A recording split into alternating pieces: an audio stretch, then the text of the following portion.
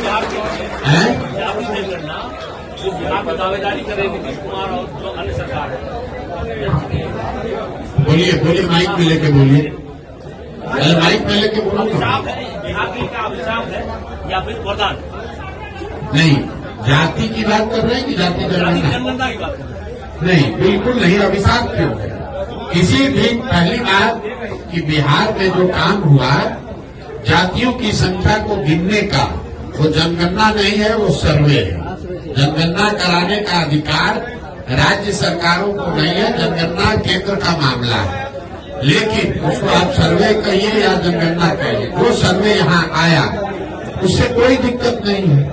सर्वे में तो वही बात निकल के आई जो सब लोग कह रहे हैं कि समाज का एक बड़ा वर्ग जिसके नाम पर पिछले 30-35 साल में राजनीति की गई, जिनके वोट से लोग सत्ता में बैठे, उनकी स्थिति, उनके बच्चों की स्थिति जो आज से 30 वर्ष पहले थी, कमोबेश वही है।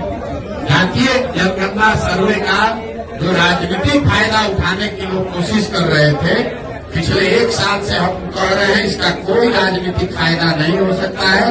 और उसका परिणाम ये है, आप देख लीजिए कि जातिगत जनगणना और सर्वे को देशव्यापी मुद्दा बनाकर भाजपा से लड़ने का दावा करने वाले नीतीश कुमार खुद ही अपना दल छोड़कर भाग गए भाजपा की शरण में। अगर जातिगत सर्वे का कोई चुनावी असर होता तो नीतीश कुमार छोड़कर भागते नहीं। ये सीधा दिखाता है, कोई भी सर्वे, कोई भी जनगणना अगर आप करते हैं, समाज के विभिन्न भागों के वर्गों की स्थिति के बारे में अगर सरकार को उसके बारे में बेहतर जानकारी होती है तो उसमें कोई नुकसान नहीं है। लेकिन सिर्फ जानकारी हो जाने मात्र से लोगों की स्थिति नहीं सुधरेगी। ये जनगणना का विषय नहीं है। पूरे देश को मालूम है कि बिहार देश का सबसे गरीब राज्य है। ये जानकारी तो सरकार के पास है, तो उससे क्या यहाँ गरीबी खत्म हो गई? पूरे देश को मालूम है कि बिहार सबसे अशिक्षित और बेरोजगार राज्य है, तो क्या यहाँ उससे शिक्षा की स्थिति सुधर गई?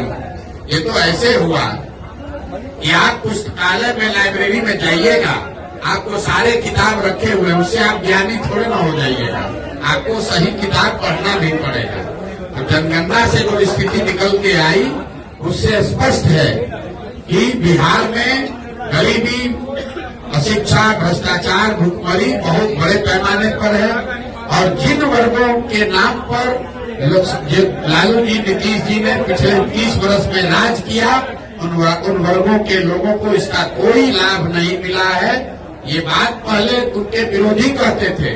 जनगणना कराकर नीतीश कुमार, लालू यादव ने वो कीचड़ अपने आप अपने मुंह पर लपेट लिया, ये स्वीकार कर लिया कि जिन वर्गों के प्रतिनिधित्व की, आवाज की, एम्पावरमेंट की बात कर रहे थे, उन वर्गों को पिछले 30-35 साल में कोई लाभ नहीं मिला।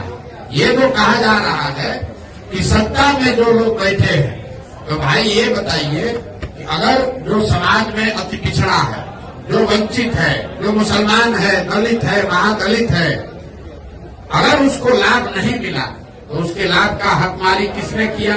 जो लोग सत्ता में बैठे हैं उन्होंने तो किया। तो सत्ता में 32 साल से बैठा कौन है?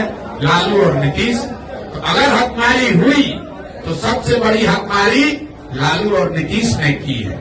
इनको किसने रोका है? आज अभी सरकार में थे लालू नीतीश, साथ में किसी अल्पसंख्यक को गृह मंत्री बना देते, उप मुख्यमंत्री बना देते। तो जब सरकार बनी तो मुसलमानों के वोट से आरजेडी जो अपनी राजनीति करती है, उन्होंने मुसलमानों को एक भी विभाग नहीं दिया। अभी राज्यसभा में अपना भेजे हैं एमपी, राज्यसभा में किसी मुसलमान को नहीं भेजा।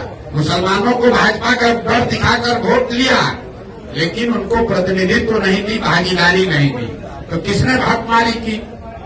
भाई प्रशांत किशोर तो है नहीं, कांग्रेस तो वहाँ है नहीं, सत्ता में है आरजेडी, और मुसलमानों ने वोट दिया है आरजेडी को। और उसके बावजूद अगर आरजेडी आपको हक नहीं दे रही है तो आपका हकमारी वही कर रही है। यही हाल नीतीश कुमार ने किया। 15 साल से अति पिछड़ा दलित, महादलित का वोट लिया, लेकिन कितने अति पिछड़ों को कोई विभाग दिया? कितने अति पिछड़ों को सामाजिक राजनीतिक जगह दी? अपने विभाग में, अपने मंत्रिमंडल में कितने महादलित को जगह दिया है? आप जरा देख लीजिए उनके अगल बगल बैठने वाले जो लोग हैं वो किस समाज के लोग हैं। वो कितने अति पिछड़ों को बगल में बैठा है। यहाँ का गृह मंत्रालय, यहाँ का वित्त मंत्रालय, यहाँ का ग्रामीण विकास, जल संसाधन, पथ निर्माण, ग्रामीण कार्य, ये जितने बड़े विभाग हैं इसमें कोई अति पिछड़ा, कोई मुसलमान नहीं है।